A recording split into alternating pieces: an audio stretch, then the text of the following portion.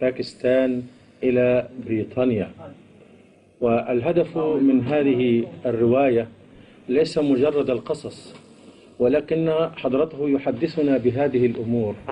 أولا تحدثا بنعمة الله تعالى، إذ يبين أصابع القدر، أصابع الله، وهي تيسر له السبيل وتخرجه من هذه المآزق التي يدبرها أعداؤنا. الهدف الثاني هو بيان موقف هؤلاء الناس، هؤلاء الخصوم الذين يسيئون إلينا والذين يشوهون صورتنا في العالم ويتهموننا بما نحن منه براء. نبين أساليبهم، إذا كانت هذه هي أساليبهم في مقاومة الجماعة فكيف يكونوا هم على حق. ثم نبين موقفنا أيضا وطريقة تعاملنا مع هؤلاء، وبذلك يمكن المقارنة بين الحق والباطل وبين الجهة التي يؤيدها الله بنصره وتسهيلاته ورعايته، والجهة التي يمسك الله بزمامها وبرقبتها ويفشل جميع خططها. اليوم سنسأل أمير المؤمنين في موضوع ماذا تم لأعداء الجماعة. هذا ضياء الحق وهؤلاء الشيوخ الذين تآمروا وحاولوا القضاء على الجماعة والتآمر على إمام الجماعة، ماذا كانت نهايتهم وماذا كانت خاتمتهم؟ السلام عليكم ورحمة الله. السلام عليكم ورحمة الله. I was looking at some references which I said later on I may produce things I mentioned, and they had to be substantiated later on. So let's now turn to the subject. What would you like me to say now? First, Mrs. Maha has something to say. It's a comment or a remark. What is it? It was about yesterday's talk. We were talking about your hijrat from Pakistan, right. And I was seeing too many similarities between this hijrat and the hijrat of the Rasul sallallahu alaihi wasallam. Even when you mentioned that somebody took your car and went into this route, I remembered Hazrat Ali radiallahu anhu when he slept in the bed of the Rasul sallallahu alaihi wasallam. You see, I didn't mention that myself. I knew, because there's no, as we call, the distance is so big that I didn't consider it fit to mention this. But in fact, it's not a question of status, it's a question of the style of things which is organized by God, in every case in similar way. So because it relates to Sunnah, that doesn't change. But those similarities sometimes are awe-inspiring. One is afraid and one feels too little to even mention those. That is why I didn't speak of that. Otherwise, in every hijrah, whether it is a Prophet of Allah or somebody who is doing hijrah for the sake of Allah, the style of Allah's coverage, providing protection and canopy, remains the same. The same was extended to the first Muhajirin to Habsha. And the way Allah helped them by changing the heart of the king of Habsha in their favor. So we were talking of change of heart here, So there are similar things. Even if we mention or we discover some similarities, they have nothing to do with the status of the people. They only indicate the blessing, the grace of Allah. That whenever some people migrate for His sake and leave one place and go to another, His protection is extended to them, whether personally they do not belong to any status or not. كانت الملاحظة للسيدة مها أن أمير المؤمنين حكى بالأمس وقبل ذلك أن هناك من ركب سيارته واتجه في اتجاه غير الذي كان هو سيذهب إليه، اتجه إلى الشمال وأمير المؤمنين اتجه إلى الجنوب. وهؤلاء أناس الذين ساعدوا أمير المؤمنين دون أن يكونوا من الجماعة ومن الأحمديين.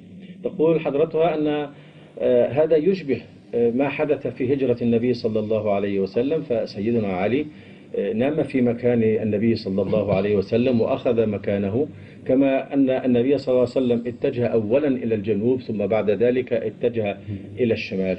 يقول أمير المؤمنين أنني لم أجد من اللائق أن أقول هذا عن نفسي، وإن كنت أعرف هذه وجه المشابهة، لأن المسافة بيني وبين الرسول صلى الله عليه وسلم مسافة بعيدة. ولكن المسألة ليست تأييدا للمقام. الله سبحانه وتعالى ما دامت الهجرة في سبيله فإنه يؤيد من يهاجر في سبيله. هناك أولئك المهاجرون الأولون الذين ذهبوا إلى الحبشة، هؤلاء لم يكونوا في مقام الأنبياء، ولكن الله سبحانه وتعالى ألان قلب هذا الحاكم المسيحي الملك الحبشي المسيحي فاستقبلهم وحماهم. وعندما ذهبت قريش لتطلب استردادهم مرة أخرى رفض، وهذا ما حدث من وزير الداخلية في بريطانيا الذي فعل نفس ما فعله النجاشي، رفض أن يعيد أمير المؤمنين أو ألا يسمح له بالإقامة هنا. فالمسألة ليست عندما يكون هناك نبي أو أي رجل صالح يهاجر في سبيل الله فإن العناية الإلهية ترعاه بنفس هذه الطريقة. This hijrah was definitely protected by Allah and was foretold to me that this hijrah is going to be under God's canopy and cover. You know, once during a few weeks maybe earlier, I had no idea that I would be able to, I'm going to leave. But one morning I had a revelation from Allah. And it was a very short and I couldn't understand this. And a voice said in my ears, Huzur, Ruhul Amin.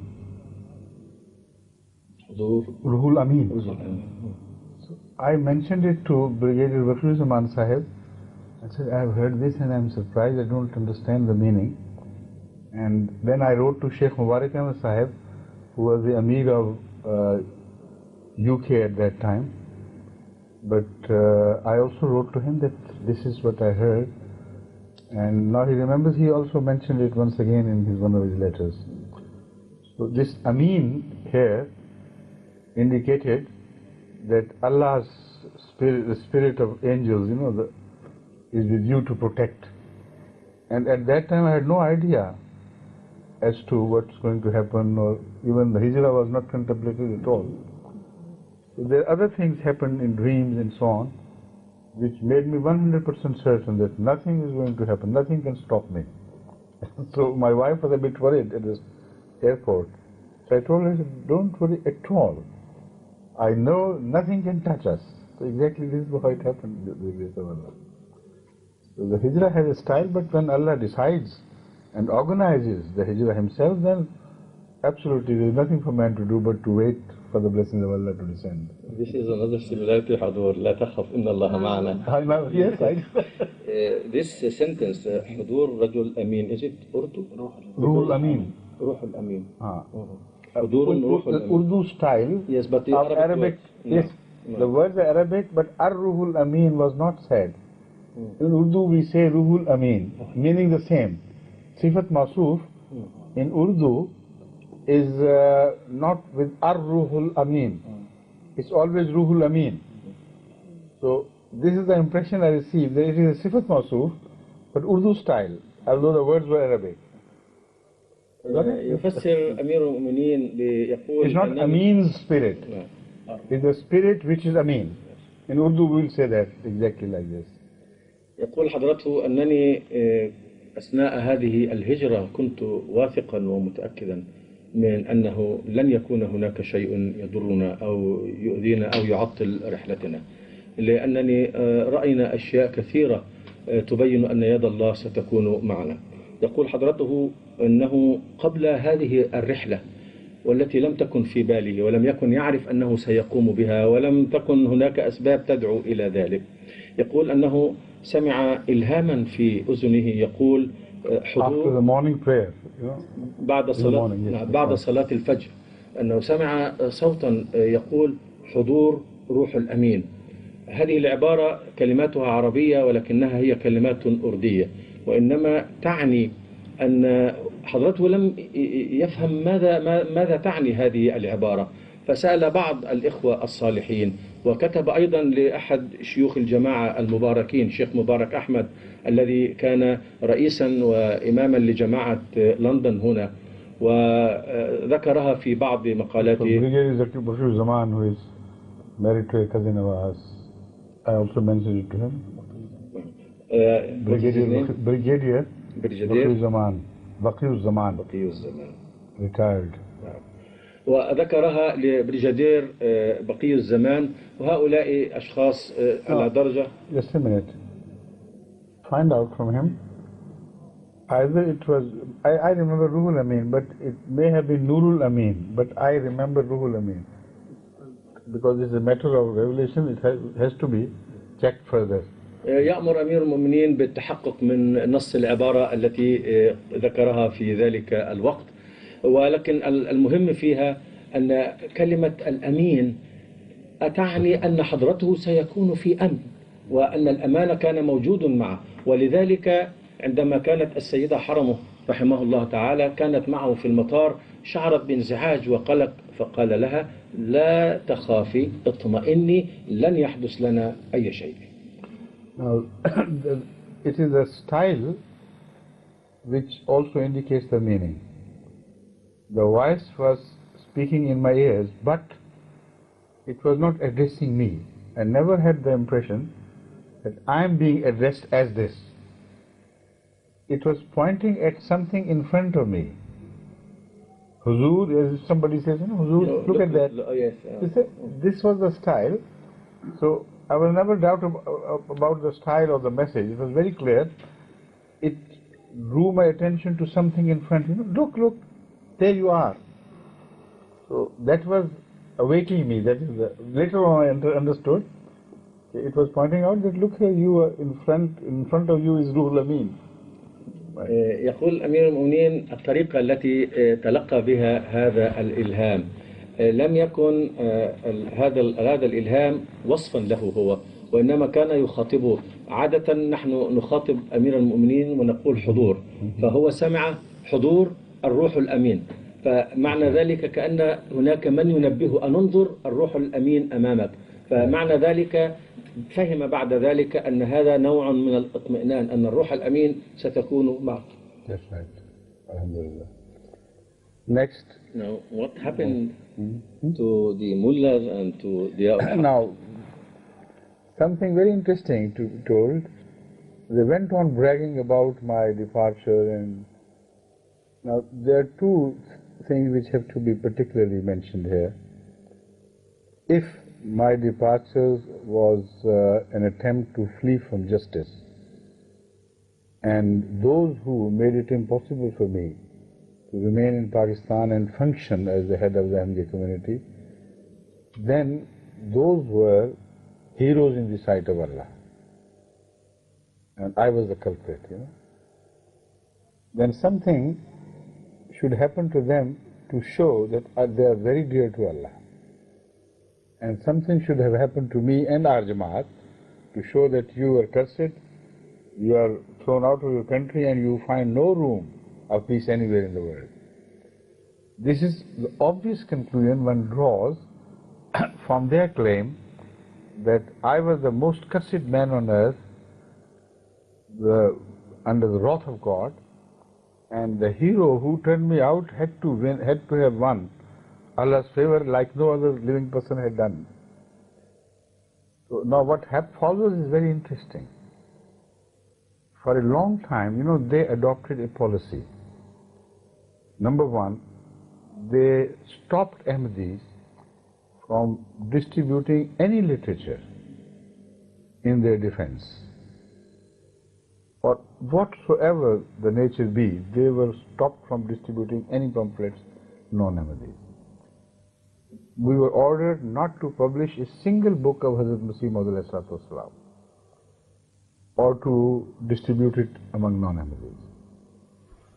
The non-Ahmadis mullahs were permitted to continuously quote from Masih Maud's books and excite the public frenzy against us, work them up emotionally, and say, look here, these are the passages from the founder of the Ahmadiyya community, how insulting they are to Nauz Billah, Hazrat Muhammad Rasulullah, to all the prophets, to Jesus Christ, to the ulama and everything, and this is their faith. Now this was done under the plea that we are informing you that this literature is highly inflammable, highly volatile. But we were not permitted to publish because it was volatile and inflammable. And the inflammable part which they considered was permitted to the mullahs to distribute daily everywhere. So the plea of the government is proved to be absolutely, utterly false and a big lie. If they wanted the peace to be established in the land, if they had any objection against Masih Maud Islam literature on the ground that it would create anti-Ahmadiyya riots.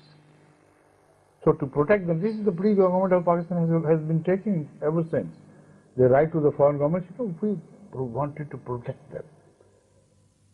If this literature came to the notice of the public, they would be inflamed, they will become violent, and there will be strong reactions, very uncontrollable reactions against the Ahmadis. So they stopped us, we stopped. But they permitted all the non-Ahmadi mullahs to pick out those passages which were, according to them, objectionable. But they only became objectionable because something before and something after was left out. So they, in fact, supported and fully covered the efforts of the non-Ahmadi mullahs to excite the public against us. And this was a big lie, the biggest lie of the period. We are taking these measures to stop Ahmadis from being hit back by the non-Ahmadis because their literature is insulting. If it's insulting, don't permit them to pick out few passages and publish them. And if it's insulting and if it runs against our interest, why should we publish it? Why do we go out and when we distribute it, we are beaten up, we are caught? More than 1,000 cases are still pending in the courts of Pakistan against young Ahmadis who distributed Ahmadiyya literature, Mr. Islam's books and this and that. So if it was really inflammable literature, then we should have requested the government to stop us from publication.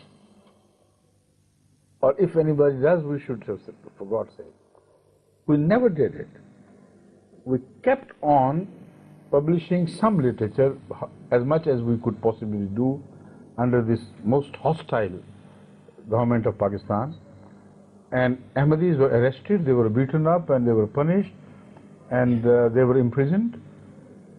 So that shows that they were wrong, their attitude was totally distorted and biased. They wanted things to happen to Ahmadis. And they stopped us from publishing full books because any sane man who reads those books would understand the message. He would say it's not at all insulting in any way. It's full of praises of Hazrat Muhammad like nobody had ever sung his praises before from the time of Muhammad to the time of Masih Maud. Even in Arabic, Persian, Urdu, you read whether it's prose or poetry, you will never find a single man equal to Masih Maud al-Islam who has sung his praises with such love. So this is the reason why they did not want us to publish, because if they picked up one verse or another from one poem, they would quote as, very inflammatory, very insulting. But when one reads the full book, then he himself draws a completely different, inference from that.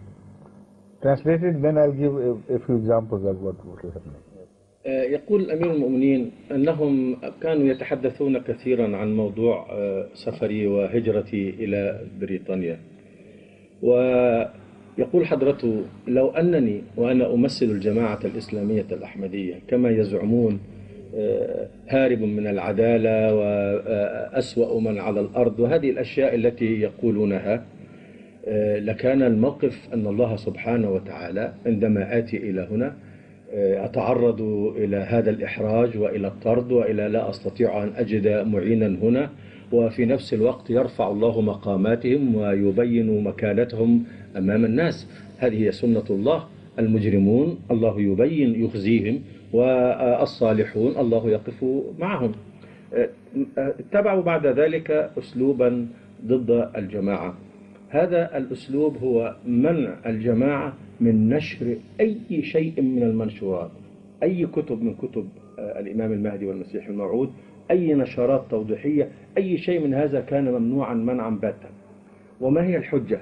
الحجة يقولون أن هذه الموضوعات موضوعات مثيرة للرأي العام، ولو أنها نشرت بين الناس لثار الناس على الأحمديين ولحدثت مسبحة وقتل كثير من هؤلاء الناس. هذه هي حجتهم الباطلة، لأنهم في نفس الوقت كان مسموحا لهم أن ينشروا ما يشاءون من كتب مقتبسات من كتب الإمام المهدي والمسيح الموعود عليه السلام، يختارون فقرات معينة ويتركون ما قبلها وما بعدها على طريقة ويل للمصلين، وينشرون هذه الأشياء ويبرزونها على أنها إهانة للنبي صلى الله عليه وسلم.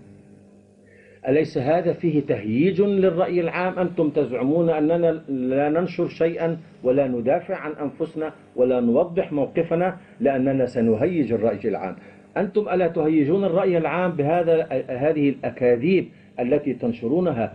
تتهموننا بأننا نسيء للنبي. كتابات الإمام المهدي تسيء للنبي صلى الله عليه وسلم. يقول حضرته أنه منذ النبي صلى الله عليه وسلم إلى مجيء المسيح الموعود لم يكتب أحد في محبة وإخلاص ومودة فيما يتعلق بالنبي صلى الله عليه وسلم مثله.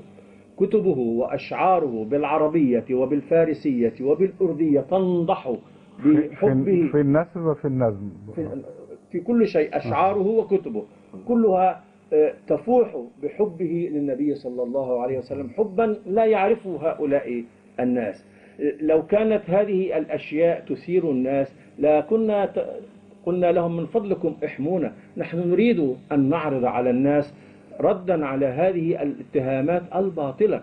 الإنسان العاقل إذا قرأ ردودنا على الأقل إذا لم يؤمن بالجماعة فعلى الأقل سيرى أنه ليس هناك إساءة إلى النبي صلى الله عليه وسلم. لو أن أي إنسان سمع بعض أبيات من قصائد الإمام المهدي في مدح النبي صلى الله عليه وسلم لا تقشعر جسمه، لأن هذه المحبة من أين تأتي؟ هم يخفون هذه الأمور ويأخذون عبارات معينة ويصرفونها عن معناها ليظهروها بهذه الطريقة. كانت هذه أكبر أكذوبة في التاريخ الذي ارتكبت في ذلك الوقت ضد الجماعة الإسلامية الأحمدية التي لم يكن لها القدرة للدفاع عن نفسها. الشباب الأحمدي الذي كان يوزع بعض النشرات البسيطة للرد على هذه الاتهامات كان يقبض عليه ويضرب ويقتل ويعذب ويسجن. وإلى الآن هناك آلاف، لا أقول عشرات ولا مئات، آلاف القضايا ضد شباب أحمدي تهمته هذه التهمة أنه كانت معه ورقات من أقوال المسيح الموعود تبين حبه للنبي صلى الله عليه وسلم أو ترد على اتهام من اتهاماتهم الباطلة. Now, one example, for instance, to inflame the public sentiments against Hazrat Masih Maud Islam and Ahmadis, the mullahs have been blackening the walls of Pakistan by pasting such, small pamphlets, etc., which contain some portion of Hazrat Islam's writings, which is removed from its context and creates a very strange impression upon the people. Now, these handbills are distributed, and there are also posters are pasted on walls everywhere. One, for instance, that this man is so insulting to the Ali Muhammad Mustafa Sallallahu Alaihi Wasallam that he says that I saw in a dream or in a kashf that my head was on the knees of Hazrat Fatima. Look at how insulting. Now, when you read the original mention of this in Brahim Ahmadiyya, it says that I saw in my dream that Hazrat Rasulullah sallallahu alaihi wasallam, in company with Hazrat Ali radiallahu ta'ala anhu, Hazrat Fatima Rasulullah radiallahu ta'ala anhu, they are walking and I am moving towards them. And he is like a small child, so that while she is standing, she like a small child, like a mother, Madre Mehraban ki tarah. These are the very words. Like a loving mother, she put her hand on my head and it touches her knees. How could a grown-up man,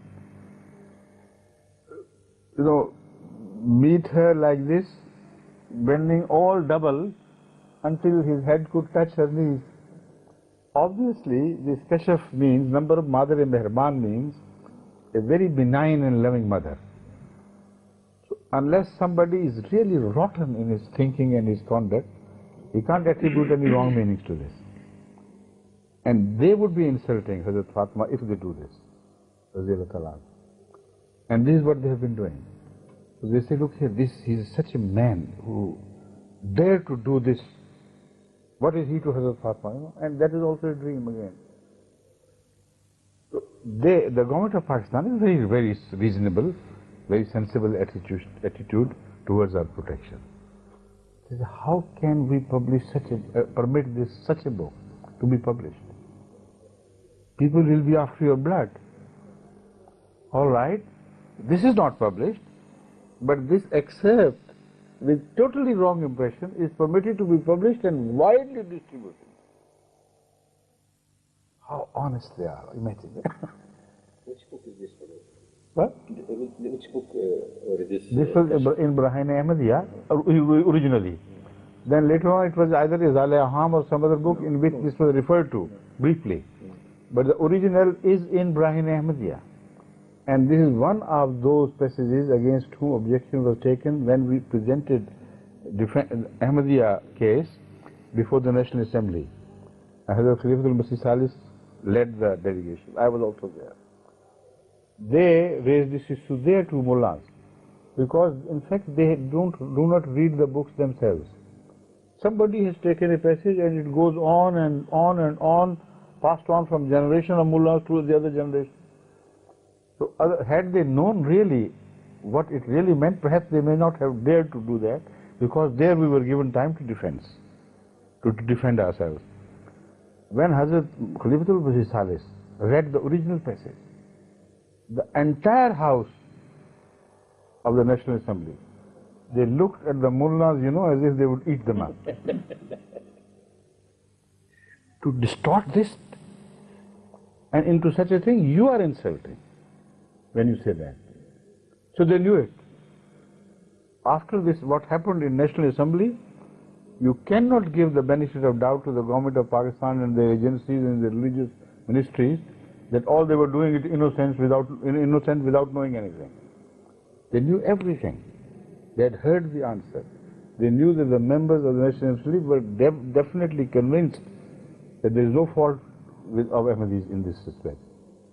Yet, until now, this has been distributed widely. But when we say permit us to publish the original book, they say, no, we must protect your rights, Please behave. يضرب أمير المؤمنين مثلا لهذه الأعمال التي يقومون بها لتشويه صورة الجماعة في أعين الناس. ينشرون مثلا أن المسيح الموعود عليه السلام كان رأى أنه ينام على حجر السيدة فاطمة، ويقولون انظروا هذا الرجل كيف يتجرأ ويمس هذه الذات الطيبة الطاهرة، يضع رأسه على الحجر. You see, Hazrat Masih wrote a full vision or dream in which he said that I saw Hazrat Rasulullah together with Hazrat Ali and Hazrat Fatima in presence of all this was happening. And they were walking and I was walking towards them. This is the original. This is original. And when I reached close, then Hazrat Fatima put her hand, radiyallahu anha, on my head, and like embracing, the words are like a most loving mother. She touched my head with her knees. Now this is the original. The mullahs distort it as if, na'uz billah min zalik, people are lying down, with somebody. That's what I am saying. On the mullah's part? Yes, on the mullah's part. You're right then. Yes, sir. So why were you, I interpret because they were both Arabs and they were shaking their heads. I'm sorry. No problem. I apologize. ينشرون أن المسيح الموعود قال أنه وضع أو رأى في الرؤيا أنه يضع رأسه في حجر السيدة فاطمة، ويقولون انظروا كيف هذا الرجل يمس هذه الذات السيدة فاطمة بنت محمد، يقول أضع رأسي على حجرها. فطبعا هذا شيء يزعج الناس، كيف يتجرأ هكذا؟ ولكن الحقيقة غير ذلك. الكشف كما هو موجود في كتاب البراهين الأحمدية كشف كامل. قال صلى الله عليه وسلم معه سيدنا علي ومعهما السيدة فاطمة وتوجهت إليهم، وأن السيدة فاطمة احتضنتني كطفل، كأم رؤوم حنون وأنا طفل بالنسبة لها، وضمتني فمست رأسي، هي وضعت يدها علي وضمتني فمست رأسي ركبتها كطفل صغير. هذا الرجل الكبير كيف تمس رأسه ركبتها، وإنما هو رأى نفسه كأنه طفل، وهي أمه الحنون التي تضمه كما تضم كل أم طفلا تحبه، أو حتى السيدات عندما يرون الأطفال يفعلون هذا. وهذا مشهد يبين حبه لآل البيت وحبه للرسول وحبه للسيدة فاطمة. المشكلة أن الحكومة الباكستانية تسمح بآلاف من هذه النشرات والملصقات على الحوائط بنشر مثل هذه الأمور، في الوقت أن هذه المسألة أثيرت في البرلمان في مجلس الشعب الباكستاني في زمن الخليفة الثالث رحمه الله، وكان أمير المؤمنين معه، وذهبوا أمام المجلس وناقشوا هذه القضايا لبيان وجهة نظر الأحمدية، وأثيرت هذه المسألة. طبعا هي كلمة أو ورقة من أحد الملات الذين ينقلونها بعضهم عن بعض، لم يقرأ أحد منهم كتاب البراهين الأحمدية ولم يرى الكشف ولا يعرف شيئا من هذا، وإنما هذه العبارة يتناقلونها فيما بينهم. وأثيرت هذه أمام المجلس، فقام الخليفة الثالث وأخرج الكتاب وقرأ أمام المجلس ما هو موجود في الكتاب بالكامل، فتبين أن هذه أكذوبة كبيرة. وأخذوا ينظرون إلى هؤلاء الملات الذين هم أعضاء في المجلس أو شهود في المجلس كأن ماذا تفعلون، كيف تفترون على الله الكذب. يقول أمير من إذا الحكومة تعرف هذه المسألة وتعرف هذه القضية وسمعت رأينا وسجل عندهم في محاضرهم، كيف يسمحون بنشر هذه الأمور؟ كيف يمكن أن يكونوا أبرياء يحافظون علينا؟ يقولون لا تنشروا هذا، إذا نشرنا الكشف فقد انتهت تهمتهم وضاعت قضيتهم، ولكنهم يمنعوننا نحن من نشر الحقائق وإظهارها للناس ويسمحون لهم بذلك. ألا ما أشد أمانتهم هؤلاء رجال الحكومة الذين يدعون أنهم يمنعوننا للمحافظة علينا وفي نفس الوقت يمكنون أعداءنا من رقابنا بالباطل. So this is their style of protecting us. And this is just one example.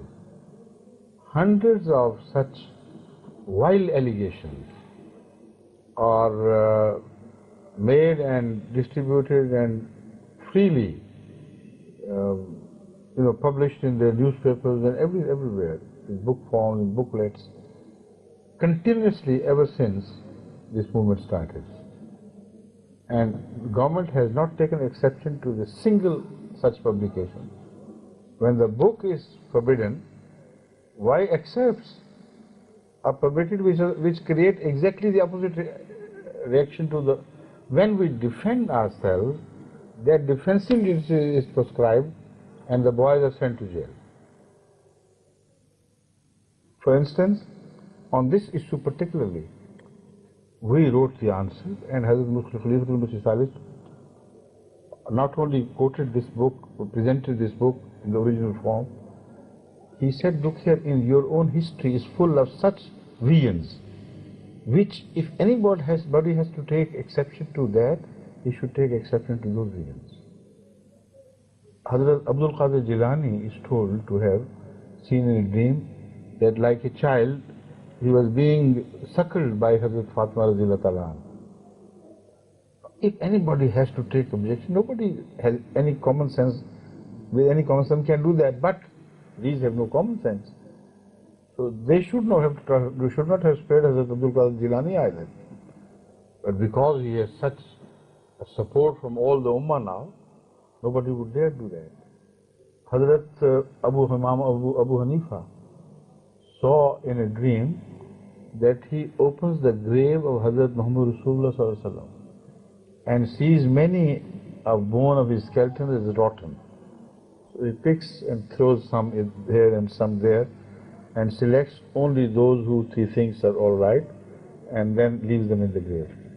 Imagine if such a dream had been seen by Muslim of Islam, what would happen to these mullahs? To Hazrat Abu Hanifa, of course, here and there. Imam Bukhari? No, Hazrat Abu Hanifa. To my knowledge, Hazrat Abu Hanifa himself was a bit worried and upset with this dream. He told it to somebody who could interpret the dreams, and he said, don't worry, you will. He was a faqih and a great imam of jurisprudence. He said all sorts of reports would be related to you about Hazrat Sallallahu Alaihi Wasallam's decisions. And you have to pick the right one from the wrong. If you don't have the wisdom to do that and the blessing from Allah to be able to make distinction between the right and wrong, how can you be the imam of this? He said things, it was Hazrat Imam Bukhari. But we'll check up and tomorrow let you know. To my knowledge, it was Imam Abu Hanifa. Because it's a matter of selection of hadith, so he thinks perhaps it was Imam Bukhari. Anyway, either way, the point is served. Either he or the other one. They saw in a dream doing this, and the God-fearing alim interpreted it like this. So the world of dreams is the world of dreams. But when we publish these things in response, was arrested, shackled and removed to the jail and also beaten up on the way to earn Allah's favors. يوضح أمير المؤمنين أن سيدنا الخليفة الثالث رحمه الله لم يوضح فقط النص الأصلي في براهين الأحمدية عن هذا الكشف الذي رآه سيدنا الإمام المهدي والمسيح الموعود، وإنما قدم أيضا من تاريخ الإسلام كشوف ورؤى تشبه هذا. فضرب مثلا بعبد القادر، حضرة عبد القادر الجيلاني، وهو قطب من أقطاب الأولياء، وهذا رأى في الكشف أنه كان يرضع كما يرضع سيدنا الحسين، يرضع من السيدة فاطمة كطفل. ماذا كان يفعل هؤلاء الشيوخ مع عبد القادر الجيلاني؟ الإمام أبو حنيفة، ويقول الإمام أن ربما يكون الإمام البخاري. على أي حال الرؤية أو الكشف يصلح لاثنين. الرؤية أنه فتح قبر النبي صلى الله عليه وسلم ووجد فيه عظاما، بعضها لا يزال طيبا وبعضها قد ظهرت له رائحة فسد. نعم.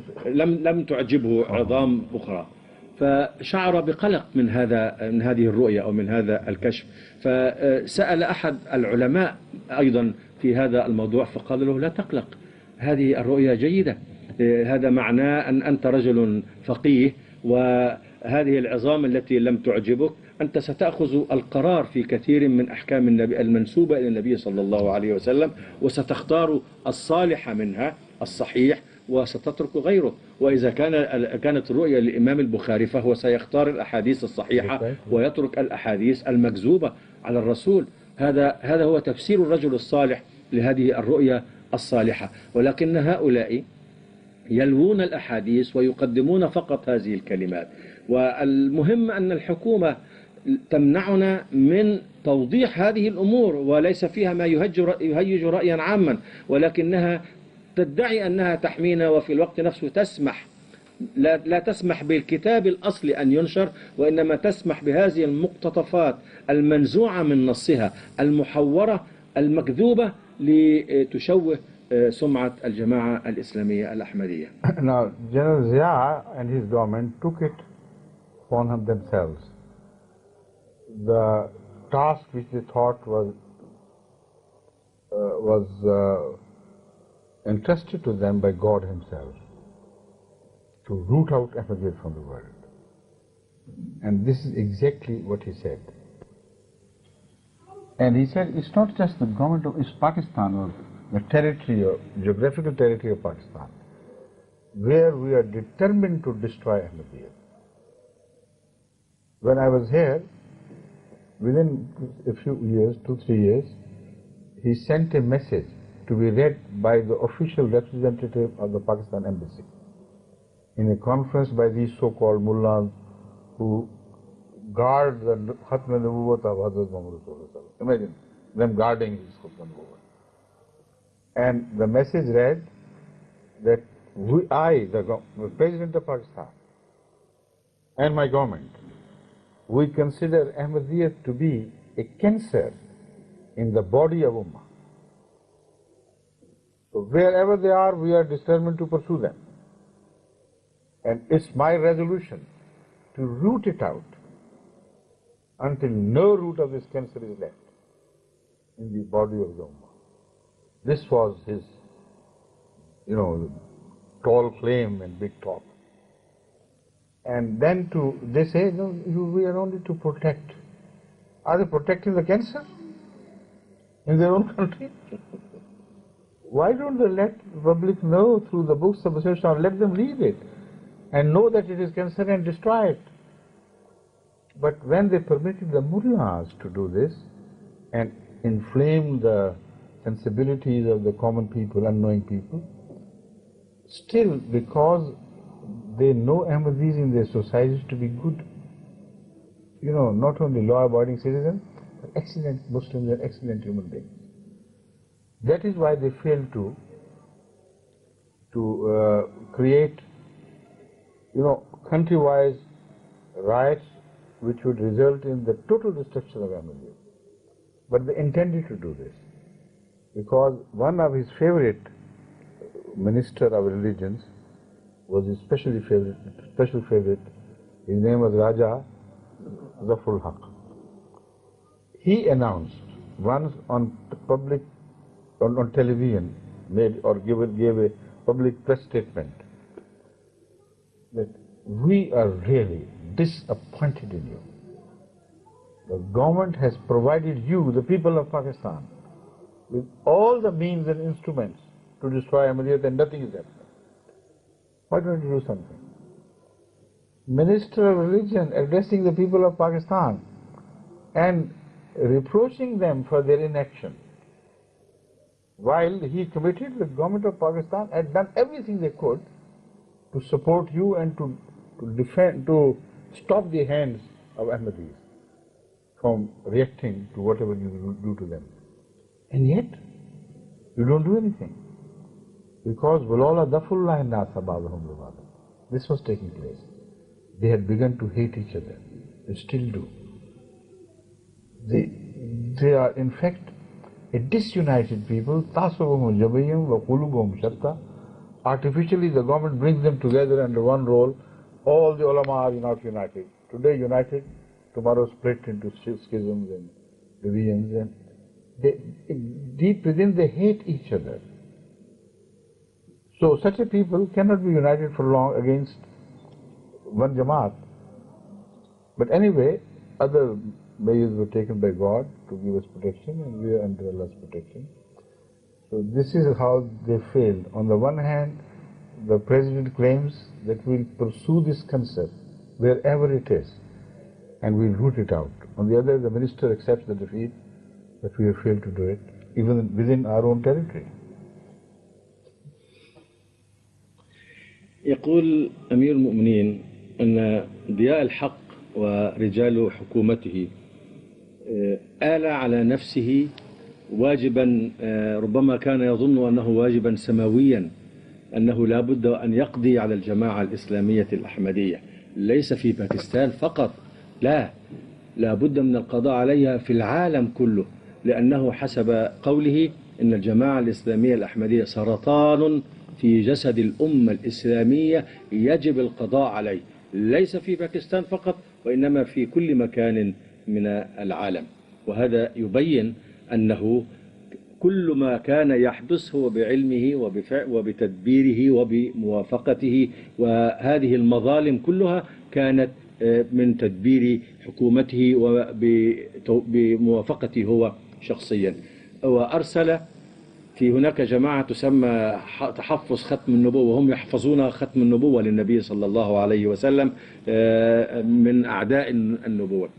في أحد اجتماعاتهم هنا في بريطانيا أرسل من يمثله في هذا الاجتماع ويقرأ على الناس رسالته الشخصية التي يبين فيها عزمه وتصميمه في القضاء على هو قال إزالة هذه الجماعة من جسد الأمة الإسلامية.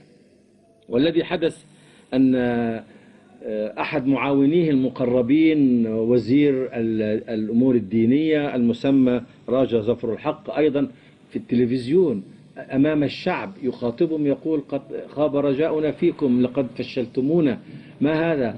لقد أعطيناكم كل الوسائل التي تقضون بها على الجماعة الإسلامية الأحمدية ومع ذلك لم يتم القضاء عليه. يوضح أمير المؤمنين يقول لأن الناس في باكستان يعرفون الجماعة الإسلامية الأحمدية ويعرفون أفرادها ويعرفون أنهم مثل طيب للمسلمين، فهم لا يثيرون ليس هناك أي حقد بين الشعب وبين أفراد الجماعة الإسلامية. فإذا قامت بعض الحركات فهي تقوم بتدبير من الملات في أماكن محدودة برغم ما وقع على الجماعة من مظالم كثيرة. ويقول أمير المؤمنين أن هؤلاء الملات وهؤلاء الوزراء كانت تجمعهم السياسة لا تجمعهم يد الله، يقول القرآن تحسبهم جميعا وقلوبهم شتى، فهذا الاجتماع فقط ضد الجماعة الإسلامية الأحمدية، ولذلك لم يكن من السهل عليهم أو بإمكانهم أبدا أن يقضوا على جماعة موحدة قلوبهم على قلب رجل واحد. إذن هكذا فشلت خطتهم، أو سيبين أمير المؤمنين كيف فشلت خطتهم، وإن كان هذا الوزير أوضح بنفسه أن الخطة قد فشلت لأن إمام الجماعة قد خرج وأن الجماعة لا تزال باقية هناك. هذا ما سوف يحكيه أمير المؤمنين عن ماذا كانت النتيجة بعد ذلك. To understand the mind of Zia and his toadies, I'll quote a few other things the measures which he took. First of all, why should the government of Pakistan pick out one sect of, or as they call religion, of their own citizens for hitting at them and to propagate against them so violently? There's no earthly reason why they should do it. But Zia's distorted mind found one reason. You know, Pakistan had a shameful defeat at the hands of India in Bangladesh, before it was Bangladesh. In Bengal, Pakistan army came to a disgraceful defeat at the hands of Bangladeshis, and the claimant to Bangladeshis and the government of military of India. And this was something which the Pakistan army had not forgotten. Because previously, and still they are in very high spirits regarding India, they claim that we are the people, martial races, we have conquered the whole of India once and this and that, and we have Islam, of course, to strengthen us. It's impossible for them to take defeat at India's hand lying down. But what we saw on the television was that their general was slapping the Pakistani general in charge, the whole command salient, and he said, "Do this, sign here." And he signed a peace treaty. Most disgraceful act of signing the peace treaty that I have ever seen, or the history of the world has ever seen. So this is how it was brought about, and this was strengthening in their hearts. It was hurting naturally. It hurt every Pakistani, in fact. We also, couldn't tolerate this disgrace. Everybody cried at this. But Ziaul Haq wanted to turn all this against Ahmadiyyat, and also to find a defense for the army of what they had done there. He said, we are doing it to Ahmadis because as members of the defense force of the country, our prior responsibility is to defend the frontiers of Islam. We are an army of a Muslim country, and as such it is our responsibility to defend the frontiers of Islam. As if the armies are always created to defend the religious frontiers and not the territorial frontiers. Of course, if we lost to Bangladesh or to India, it's a small matter, it's territorial frontier, a small insignificant thing. Don't blame us for that. But as far as the frontiers of Islam are concerned, we are the stalwarts, we are going to defend it. And defend against whom? Against a small defenseless community. So they created an imaginary enemy out of us and started defending like Don Quixote of Spain, that hero, Came now in my Exactly. It's pronounced Don Quixote in Spain, Don Quixote. So that Don Quixote was Ziaul Haq. He created an enemy out of Ahmadiyyat who were the champions of Islam throughout.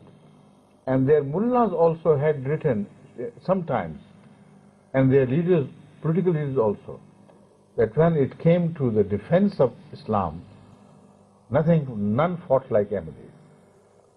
Against Christianity, even they paid tribute to Hazrat Masih Maud Islam. Imagine that it was the design of the British government to flood the entire Indian subcontinent with Christianity, to support their government, to support their colonization. Then he says, the mullah writes, the commentator of a book of commentary of the Holy Quran by Maulana Ashraf Ali Thanvi, a great man. His commentator has written this note on the borders of that commentary. He says that you know what happened then? Then Mirza Ghulam Ahmad of Qadian rose, he stood. Padri Lefroy had come from America all the way with the will and determination to convert all of India to Christianity. But there stood Mirza Ghulam Ahmad of Qadian. He challenged him and he said, I can prove that your so-called God is dead. And it was such a powerful rebuttal to him that he had to run away from India, and he shortened his tour and had no room left for India for him or for his Christianity. This I am quoting from a mullah who is a dedicated enemy of Ahmadiyyat. But they had to admit, in those days, they were better people. Even in enemies, you could find traces of truth. Nowadays, things have completely changed. So, this is Ahmadiyyat against whom they are defending Islam. This is what sort of Ahmadiyyat is. Now, they had the audacity to go one step further. Ziaul Haq announced that they are not only the enemies of Islam, but they are traitors to Pakistan, to the country of Pakistan. So we have to fight them on these two heads. Now when you read the history of the great warriors who fought the battles for Pakistan against Indian invasion, the most prominent among them who got the highest awards are Ahmadi generals. They can never wipe out their history of defense forces, wipe their names from the history of defense forces, because they are written in such brilliant gold. They can never be diminished or wiped out. General Akhtar Malik, the hero of Cham and Jordan. his own brother, General Ali, who was the hero of this sector, the Sialkot, Twinder sector. And another hero, great hero, or accepted hero by the government, by the historians of the armed and defense forces, was Janjua, Brigadier Janjua, who fought and defended Ahmadiyyat in the Thar area and did it so beautifully. And then General Hamza, who was a Lahori Ahmadi, but he was an Ahmadi all right. So those names which have become indelible in the defense of Pakistan, they are among others, of course, but pronounced more prominently, they are Ahmadi generals. But they had no shame. When there is no shame, what do they say in Arabic? They do whatever you like. This is what happened to us, and this was, but I'll tell you later, because he tells me the time is almost over. Translate it, and tomorrow inshallah we'll meet and I'll take up the issue from here. يقول أمير المؤمنين: كيف يمكن لحكومة ورئيس حكومة أن يوجه هذه الكراهية والعنف ضد قطاع صغير من الشعب ويثير الجماهير كلها ضده ويكون هو القائد لهذه الحملة العدائية؟ يقول حضرته أن هناك عقلية ملتوية في هذا الرجل. ما هو السبب الذي جعله يلجأ إلى هذه الحيلة أو إلى هذه الفكرة؟ يقول أنه في الصراع بين باكستان والهند منيت باكستان بهزيمة ماحقة مذلة سيئة في موضوع بنغلاديش. تعرفون أن باكستان كانت تتكون من باكستان الشرقية في بنغلاديش وباكستان الغربية، والهند تفصل بينهما. فبنغلاديش ثارت على الوضع في باكستان ورفضت هذا الاتحاد وقامت حرب، كانوا يريدون إرغامها على ذلك، فتدخلت الهند وقامت الحرب بين الدولتين، وكانت هزيمة باكستان فيها هزيمة سيئة للغاية. فلحفظ ماء الوجه ولحفظ كرامة الجيش لابد من توجيه الكراهية نحو أحد آخر، بدلا من أن نوجه الكراهية نحو الحكومة ونحو القادة ونحو العسكريين. لماذا لا نوجهها إلى هذه الطائفة؟ وبذلك أثار هذا الموضوع وأعلن أن هذه الجماعة هي حرب في الجبهة الإسلامية، هذه تهدد الحدود الإسلامية أولا، هذا لا بد من القضاء عليه. نحن دولة إسلامية وجيشنا هو حامي وراعي الإسلام. الهند هذه جبهة صغيرة لا قيمة لها، ولكن جبهة الأعداء للإسلام موجودة داخل باكستان في هذه الجماعة الصغيرة التي لا تملك عصا ولا سلاحا ولا تحارب ولا تؤمن إلا بالطريق السلمي. هو رأى أن البطولة هو في القضاء على هذا العدو الذي يوجد على الجبهة الإسلامية. يمثله أمير المؤمنين بدون كيشوت الذي كان يتخيل الطواحين أعداء ويمسك بسيفه ويحارب هذه الطواحين، ولكن دون كيشوت كان رجلا ساذجا، ولكن هذا رجل ماكر، هو يريد أن يوجه الناس إلى هذه الجماعة، ومن السهل أن الكراهية تتجه إلى هؤلاء الناس. يقول أمير المؤمنين: هذه الجماعة التي يدافعون عن الإسلام ضدها رجالها الأبطال هم الذين كانوا يدافعون عن الإسلام. أول بطل في هذه الجماعة هو الإمام المهدي والمسيح الموعود نفسه. عندما جاء هذا القسيس الكبير من بريطانيا مع الاستعمار الإنجليزي وأعلن أنه سوف يدخل الهند كلها في المسيحية، من الذي تصدى له؟ لم يتصدى له إلا سيدنا الإمام المهدي والمسيح الموعود، وقال له: إن إلهك الذي تعبده ميت، وأنا اسمي على اسمه، وأنا خادم للنبي صلى الله عليه وسلم. الرجل لم يمكث في الهند إلا فترة قصيرة ثم عاد يجر أزيال الخيبة، لأنه لم يستطع أن ينجح في صدامه مع هذا البطل الذي يدافع عن الإسلام. يقول أمير المؤمنين أن أحد الشيوخ الكتاب كتب تعليقا في تفسير القرآن اسمه أشرف التنوي. هذا ليس من أحباب الجماعة، هو من أعداء الجماعة، ولكنه كتب أن الإمام المهدي هو نفسه الذي تصدى لهذا القسيس. يعلق أمير المؤمنين أنه وإن كان من أعداء الجماعة في ذلك الوقت، لكن في ذلك الوقت كان الناس عندهم شرف يعارضون الجماعة، ولكن إذا كان هناك شيء صحيح فإنهم يعلنون هذا الشيء الصحيح، وهذا واقع لأنه بالفعل تصدى لهذه الجماعة. ثم هناك الأبطال العسكريين الذين كانوا في الجيش الباكستاني أو الجيش الهندي، هؤلاء كانوا من الأحمديين، وضرب عدة أمثلة منهم مثل الجنرال الأخطر والجنرال علي والبريجادير جنجوا والجنرال حمزة. هؤلاء من الأحمديين الذين لهم مواقف رائعة بطولية مسجلة في تاريخ العسكرية الباكستانية، وإن كانوا لا يعلنونها بالطبع. هؤلاء الأبطال قيادة الإمام المهدي وهؤلاء الناس هم الذين يدافعوا هذا الرجل عن الإسلام في مواجهتهم. هذا هو الالتواء، وهذا هو التفكير الذي يريد به أن يحفظ كرامته. كان قائدا للجيش ويحفظ كرامة العسكريين.